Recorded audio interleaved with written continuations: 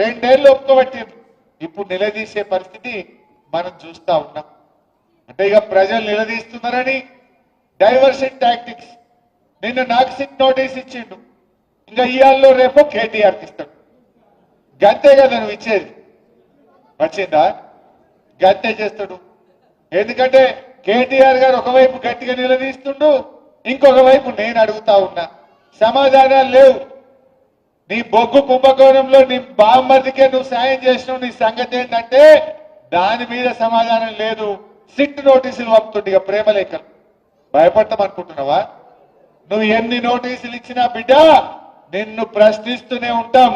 మహాలక్ష్మి ఇచ్చేదాకా అడుగుతాం, రైతు రుణమాఫీ అడిగేదాకా అడుగుతాం, నువ్వు అవ్వాతాతలకు 4000 ఇచ్చేదాకా అడుగుతాం, నువ్వు తులం బంగారం ఇచ్చేదాకా అడుగుతూనే ఉంటాం. పిల్లలకు ఎస్సీ ఎస్టీ బీసీలకు ఫీజు రియంబర్స్మెంట్ డబ్బులు ఇచ్చేదాకా రేవంత్ రెడ్డి వెంట పడుతూనే ఉంటాం.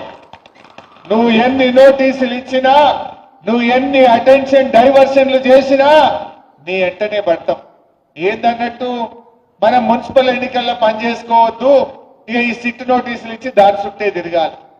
నీ బామ్మర్ది బొగ్గు కుంభకోణం బయటకు రావద్దు, ఈ సిట్ నోటీసుల మీద డైవర్షన్ పాలిటిక్స్ చేయాలి. నడవ ఈ డ్రామాలు. జనంకి అన్ని అర్థమైపోయినాయి. నువ్వు ప్రజల్ని మోసం చేసినావు.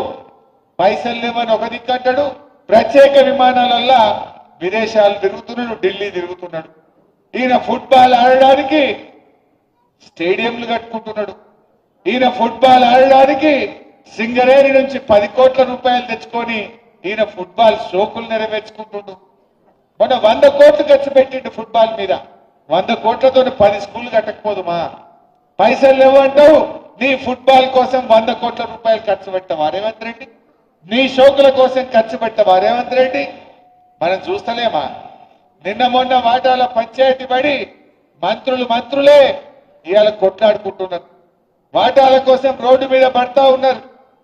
ఇవాళ అన్ని విషయాలు కూడా ప్రజలకు అర్థమైపోతా ఉన్నాయి. మీరు మెదక్లు నేను అడుగుతా ఉన్నా, ఎందుకంటే కాంగ్రెస్ గవర్నమెంట్ ఉంటే గణపురం నీళ్లు వదలాలంటే జీపులు కట్టుకుని హైదరాబాద్ పోవాలి. హ్యూమన్ రైట్స్ కమిషన్ల కేసులు వేయాలి. 10 ఏళ్ల బీఆర్ఎస్ గవర్నమెంట్ లో గడప బయట కాలు పెట్టకుండా నీళ్లు వచ్చినాయా లేవా? ఒక్క ఫోన్ కొట్టి పద్మక్క నీళ్లు అంటే ఆడ గేట్లు ఎత్తుడైనా. గడప బయట కాలు పెట్టకుండా 10 ఏళ్లు గణపురం ఆనకట్టకు నీళ్లు ఇచ్చింది బీఆర్ఎస్. కాంగ్రెస్ వచ్చింది, యాసంగి పంటకు నీళ్లు బంద్ అయినాయి. ఉన్నాయా ఈ యాసంగికి నీళ్లు? ఈ యాసంగి ఎండబెట్టేసి క్రాప్ హాలిడే ప్రకటించిండు. యాసంగి రైతు బంధు ఇప్పటిదాకా వాళ్ళే. కేసీఆర్ ఏమో నాట్లకు రైతు బంధు ఇచ్చిండు. రేవంత్ రెడ్డి ఓట్లకు రైతు బంధు ఇస్తున్నాడు. ఇప్పుడు ఎందుకంటే మొన్న సర్పంచ్ ఎన్నికలు ఉన్నాయని ఓట్లకు పైసలు వేసిండు.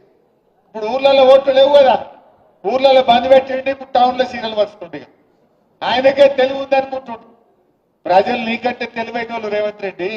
తెలివి నీకే లేదు, ప్రజలకు నీకంటే తెలివితేటలు ఎక్కువ ఉన్నాయి. ఆ ప్రజలు నీ గుణపాఠం చెప్పడానికి సిద్ధంగా ఉన్నారు అని మనం చేస్తా ఉన్నా. బాగా ఆలోచించండి.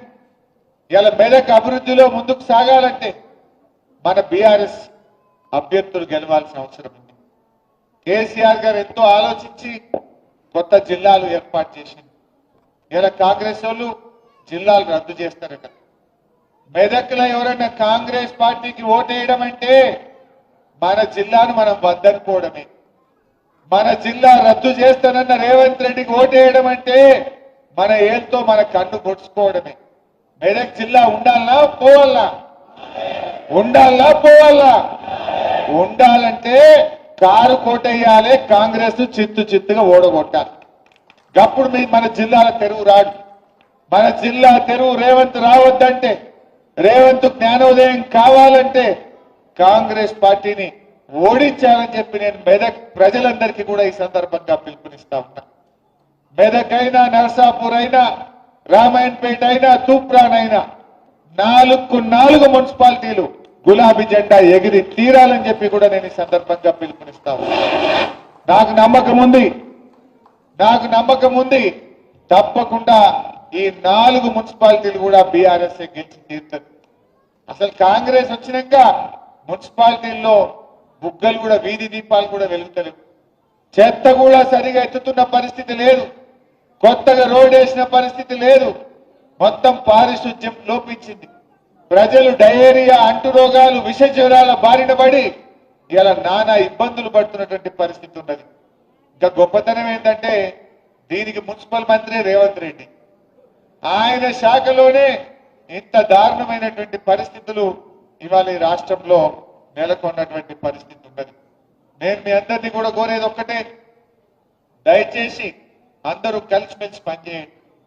పార్టీలో కార్యకర్తలు మెరిట్ ప్రకారం మా ఫారూక్ హుస్సేన్ సాబ్ ఆయన పార్టీ మనిషి, ఎవల ముఖం చూడడు, జో జీతా ఉनको టికెట్ మిల్తా. వేరే వాళ్ళు దయచేసి నేను కోరేది ఒక్కటే, ఎవరైనా రాకపోతే కాపాడుకుంటాం. 2 ఏళ్ల తర్వాత వచ్చేది బీఆర్ఎస్ గవర్నమెంటే, తప్పకుండా మార్కెట్